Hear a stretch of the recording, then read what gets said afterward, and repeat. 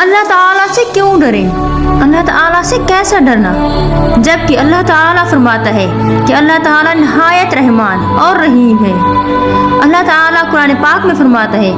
کہ میں غفور الرحیم ہوں، یعنی کہ اللہ تعالیٰ معاف کرنے والا اور رحم کرنے والا ہے۔ جی ہاں، انسان کو اللہ تعالیٰ سے محبت ہونی چاہیے اور خوف اور ڈر انسان کو صرف اور صرف اپنے انجام کا ہونا چاہیے،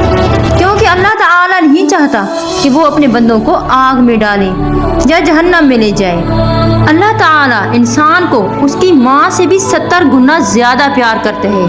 یہی وجہ ہے کہ جب بھی انسان کوئی گناہ کرتا ہے تو اللہ تعالیٰ فوراً اس گناہ سے اس کو روکنے کی کوشش کرتے ہیں۔ اللہ تعالیٰ منع فرماتا ہے،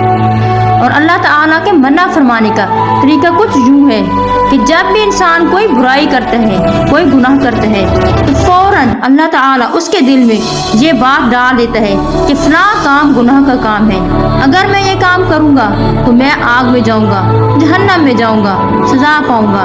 لیکن اللہ تعالیٰ کے اس منع کرنے کے باوجود جب انسان خود بخود وہ گناہ کرتا ہے، صرف اور صرف یہ سوچ کر کہ آگے دیکھا جائے گا، تو اس کا مطلب کہ انسان نے اپنا فیصلہ خود کر لیا اور اللہ تعالیٰ کی منع کی ہوئی بات کو اگنور کر دیا۔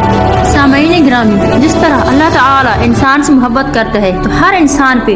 یہ فرض ہے کہ اللہ تعالیٰ سے محبت کرے، اور اللہ تعالیٰ کی محبت کا تقاضا یہ ہے کہ اللہ تعالیٰ کی عبادات کی جائیں، اللہ تعالیٰ کے ساتھ کسی کو بھی شریک نہ ٹھہرایا جائے۔ ہماری عبادات کا محور، یعنی کہ انسانوں کی عبادات کا محور صرف اور صرف رضا الہی ہونا چاہیے۔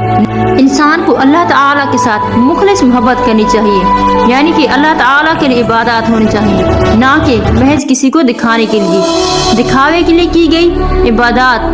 انسان کی خود غرضی اور گناہ کا سبب بنتی ہیں، اور ایسا انسان گناہگار انسان کہلاتا ہے، کیونکہ دکھاوے کی عبادات کا محور اللہ تعالیٰ کی خوشنودی نہیں ہوتا، بلکہ انسانوں کے خوش کرنے کے لیے ایسی عبادات کی جاتی ہیں تاکہ دوسرے بندے متاثر ہوں۔ کسی کو دیکھ کر نماز پڑھنا یا نماز پڑھتے ہوئے جب محسوس ہو جائے کہ کوئی اور بندہ ساتھ آگے ہے تو نماز کو اور بھی اچھے سے پڑھنا، دکھا کر پڑھنا، یہ عبادت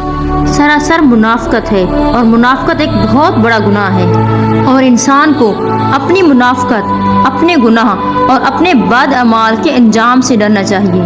کیونکہ اللہ تعالیٰ نے انسان کو اس گناہ سے توبہ کرنے کی مہلت دی ہے۔ یہ زندگی جسے ہم زندگی کہتے ہیں، یہ صرف اور صرف گناہوں سے توبہ کی مہلت ہے اور نیک کام کرنے کا ایک سنہری موقع ہے، اور ہمیں اس سنہری موقع کو گنوانا نہیں چاہیے۔ یعنی کہ اللہ تعالیٰ کی اس دی ہوئی نعمت زندگی اور دوسرے الفاظ میں یوں بھی کہہ سکتے ہیں کہ گناہوں سے توبہ کرنے کی مہلت اور نیک کام کرنے کا سنہری موقع، اسے ہمیں ضائع نہیں کرنا چاہیے۔